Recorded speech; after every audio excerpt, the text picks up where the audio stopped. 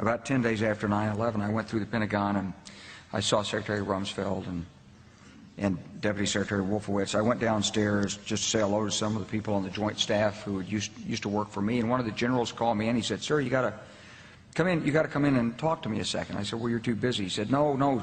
He says, "We've made the decision. We're going to war with Iraq."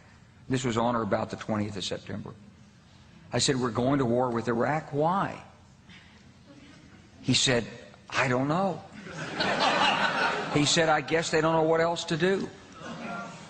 So I said, "Well, did they find some information connecting Saddam to Al-Qaeda?" He said, No. He says, "There's nothing new that way. They've just made the decision to go to war with Iraq." He said, "I guess it's like we don't know what to do about terrorists, but we've got a good military and we can take down governments." And he said, "I guess if the only tool you have is a hammer, every problem has to look like a nail." So I came back to see him a few weeks later, and by that time we were bombing in Afghanistan. I said, "Are we still going to war with Iraq?" And he said, "Oh, it's worse than that."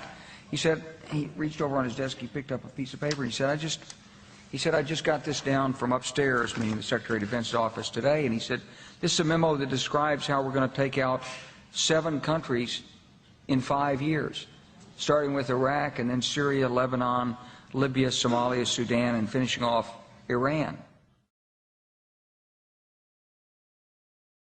The truth is about the Middle East is, had there been no oil there, it would be like Africa. Nobody is threatening to intervene in Africa. The problem is the opposite. We keep asking for people to intervene and stop it. And there's no question that the presence of petroleum throughout the region has sparked great power involvement.